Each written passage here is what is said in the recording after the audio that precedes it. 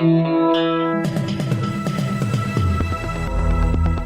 listening to the Betoota Advocate's weekly news wrap on Desert Rock FM 96.5. Welcome back to the Betoota News Bulletin, live from Baxter Booth Studios here in downtown Betoota, the Old City District.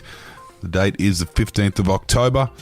You're joined by myself, Clancy Overell, editor of the Betoota Advocate. Errol Park is currently away on a sabbatical, but we are joined today, of course, as always, by the Richard Moorcroft of the Diamantina Shire, Wendell Hussey. How are you, Wendell? Very well, Clancy. How are you? Good, thanks, mate. We've had a bit going on in the news this week. A lot of sport off the back of the grand final, obviously. Both grand finals moving into the Rugby World Cup. Bathurst over the weekend. How have you been going, mate? Have you been behaving? I've been behaving. Certainly behaving better than the other boys who've been over in Bali having a good time, as we'll touch on in this bulletin. Well, what's in the news today, mate? Well, let's get started with some national news, Clancy. And there have been a lot of headlines about the Extinction Rebellion. And while it seems as though the protests may have started to calm down a little bit, there are still some people who are very fired up. We wrote a story about one of those people from our very own town. That was Boomer, who claims people can't say anything nowadays, also says protesters should be run over. Yes, according to Bruce Abbott Howard, that's his name, prominent local post-war retiree, he's no longer as worried about political correctness gone mad as he is about political disobedience gone mad, muddying the waters of political debate by simultaneously being concerned about free speech while also proposing that protesters should be silenced. Bruce is well known in the community for being quite vocal about not being able to say whatever he wants anymore due to these PC police.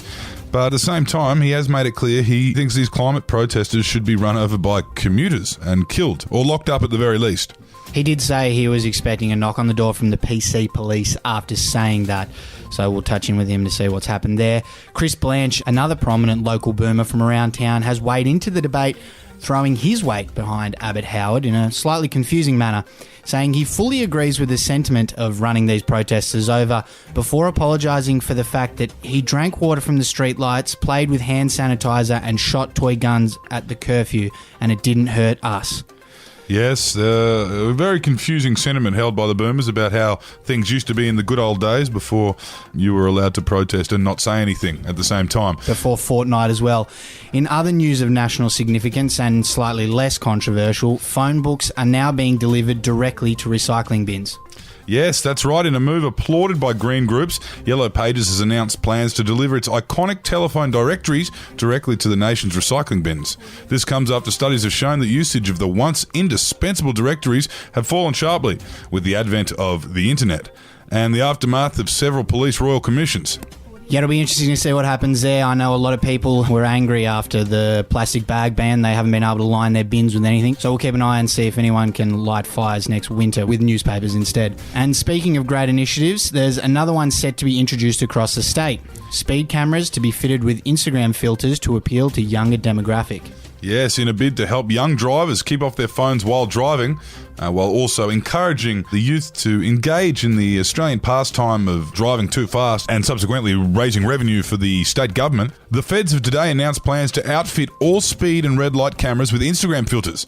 Project Orange Duck, as it's known, will be expected to cost the taxpayer $174 million and will begin in February of 2020 with a completion date of June 2024, depending on who the contractors are behind this new infrastructure project.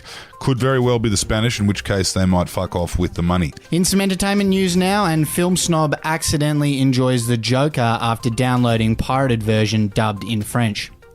Yes, this film has left critics divided around the world, but it has been given some glowing praise from a local film buff. The woman says there's a massive difference between films and movies and confirmed that The Joker is actually more of a film after watching the whole thing in Français.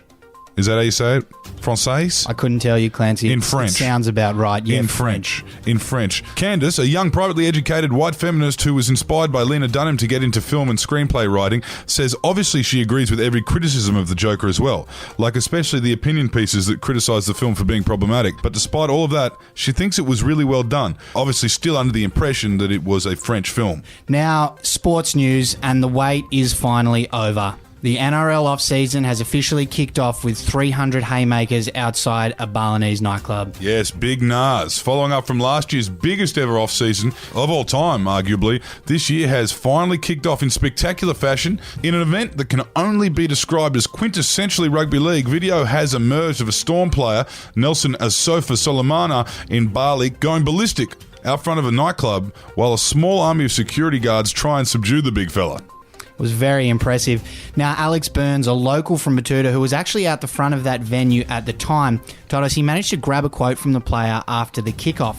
And it went as follows. "Yeah, look, mate, we had a great preseason during the 2019 NRL warm-ups, and physically I couldn't feel any better, and I'm just feeling primed for a massive season. But as we all know, the real stuff starts now, and it's always great and important to get some points on the board early. So I'm glad that I could do that, and hopefully the boys can kick on from here and we can make it our biggest season yet. I think the fans deserve that." Well, we know the fans love off-season, and yeah, off to a good start. Good to see the boys keeping fit as well.